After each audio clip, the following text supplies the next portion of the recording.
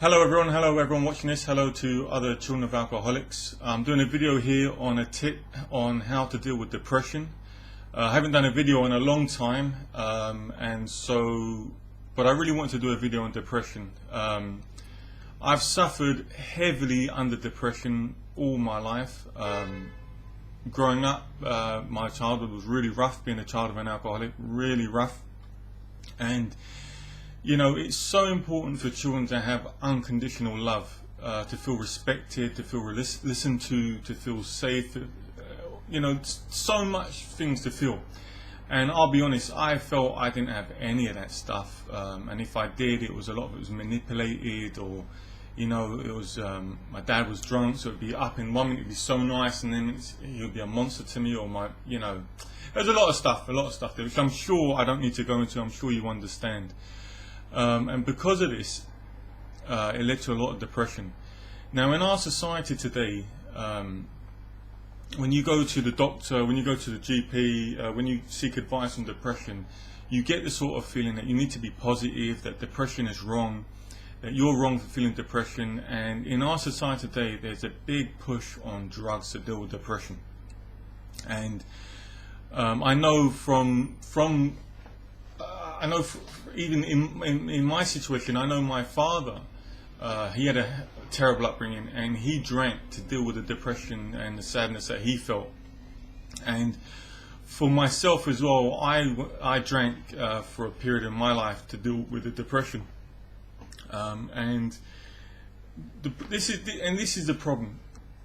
We're running from depression, and that's the reason I'm doing this video is because I don't feel anyone else says this. I don't hear this from anyone else. One of my secrets to success and how I've handled this is, and what I wish I had known before, is that when you accept your depression, when you accept that we are depressed and it's normal to feel depressed after what we've gone through, some of the abuse, some of the things, it should not have happened. And if you don't feel depressed about it, if you don't feel sad, if you don't feel out of place, then there's something wrong. You should feel depressed. And so that's the first part, I think, accepting that it's normal to feel depressed. Now, the next thing is to realize that no one else can help you with this depression. No one else.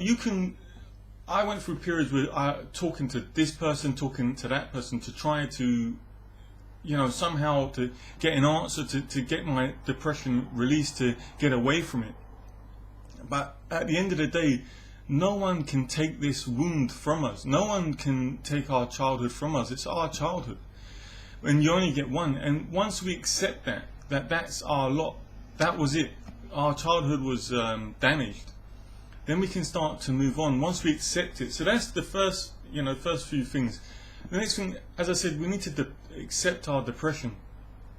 And for me, in the beginning it was hard because I'd ran away from it for years.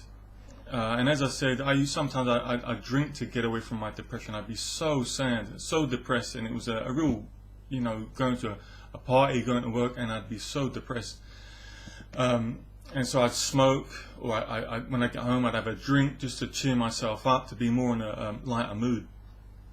But once I eventually stopped this, and I started to allow myself to be depressed, allow myself to be sad, allow myself to be depressed. It was really hard at first, but as time has gone on, it's got better. I've been able to control it better.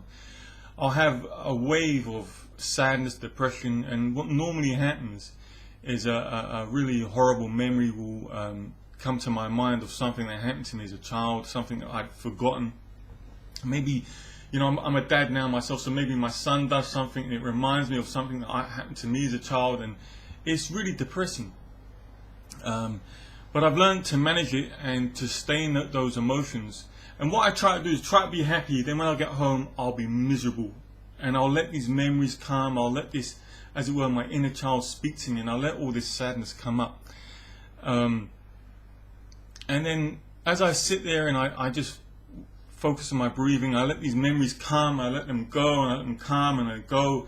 It's almost like my inner child is crying out about this stuff. And I'm now, as an adult, listening to my inner child and telling him it's okay. I'm just being there with my inner child as he's crying. Now sometimes I do cry. I get waves of emotion and it leads me to cry. A tip on that I would say is never cry in public, never cry in front of anyone else. I tell this to my son.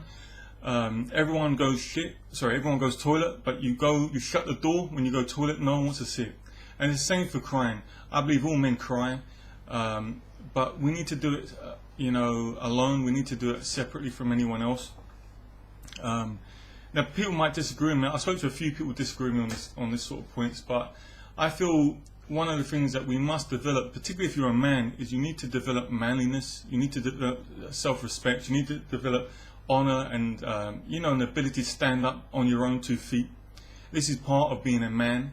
It's one of the things I remember about my father. He would sometimes get so drunk and he would cry about abuse that happened to him as a child, and it was very unmanly and very shameful acting. And I think that's the other side of depression, that you've got the depression from our youth, but then if we act bad, we get another form of depression, shameful behavior, shameful acting. And we need to start acting proper. But going back to my point is that we need to sit with our depression, accept our depression. And that's not something you really hear today in this sort of world of positive thinking, everyone's got to be positive. And positivity helps. But there's also got to be the flip side of it, that particularly for us children of alcoholics who have gone through, some of us have gone through so much abuse. I know I went through a hell of a lot of abuse. And so, to not be depressed is to not allow myself to heal. If you have a wound, it needs to heal. And that depression is how we heal, how our emotions heal. And particularly if we were made to feel that it was, many times I would have to say sorry to my dad when he'd done something stupid, drunk, and it used to make me go crazy. And now I'm depressed about it all, and it's part of my inner child healing. There's also depression about a missed education and missed opportunities. And so just allowing ourselves to sit there in our depression, we accept it. It's a form of accepting ourselves. It's a form of accepting who we are. It's a form of letting our inner child heal, letting our inner emotions heal.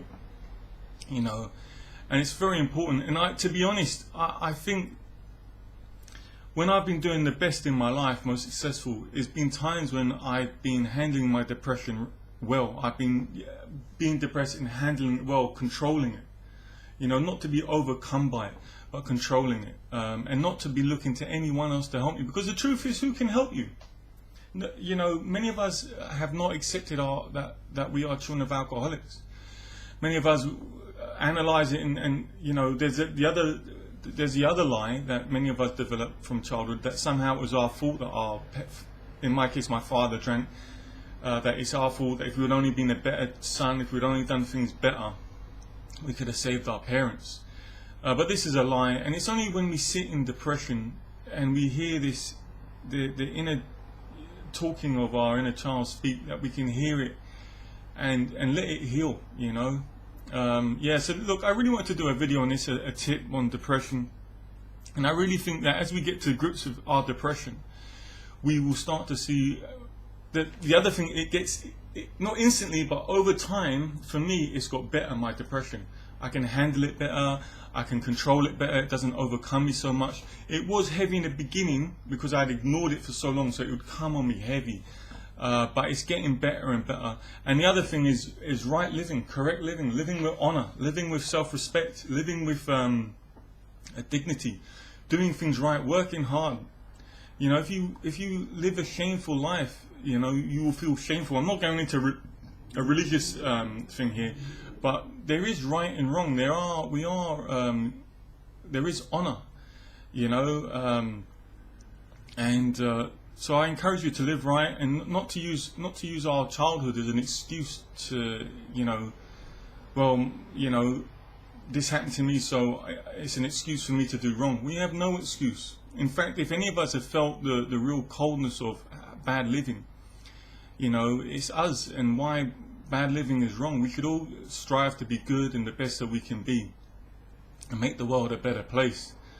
And I also want to touch another thing on this, is that I was reading a book the other day, and went on to Abraham Lincoln, and about how Abraham Lincoln also had a problem with his father, and he suffered with severe depression and bouts of loneliness and all this sort of stuff. And there are many successful people who battle with depression, but they make it their battle and they handle it well. And you need to learn how to handle your depression. So I want to do that video there. Also I would say that I've done a few videos. I'm going to try and get some more videos done. But it is one of the hardest things to be a child of an alcoholic, because it happens to us so young in life, and it's so confusing, and we're generally manipulated by our parents heavily. But I feel that I'm in London, and I feel that I've had next to no help. The only real help I've had is when I've met other children of alcoholics, predominantly through work. I bumped into someone, we got talking, and I'd always say that I'm a child of alcoholic. And some people have opened up to me and told me they were as well. And I've had amazing stories, and I've had talks to people that have saved me from real dark places, and just meeting someone. And being a child of an alcoholic is a path that it started off by ourselves, and you'll always be alone. It's always a lonely path. But you don't have to do it completely alone as you get older. And if anyone wants to send me a friend request on Facebook, my name is Thomson. Anyone wants to send me a friend request, if anyone wants to be my friend, I live in London. You can email me, or if you want to go out for a cup of coffee or something. I'd love to make friends with other children of alcoholics. I feel special bonding with other children of alcoholics. I feel like when I meet them, there's a connection that I have with no one else when I talk to them. So if anyone wants to chat to me, reach out, because I get so much help when I talk to other children of alcoholics. Anyway, I hope you're all doing well. I hope you're all surviving the coronavirus and everyone's doing well. And I hope you have a lovely day. Bye bye.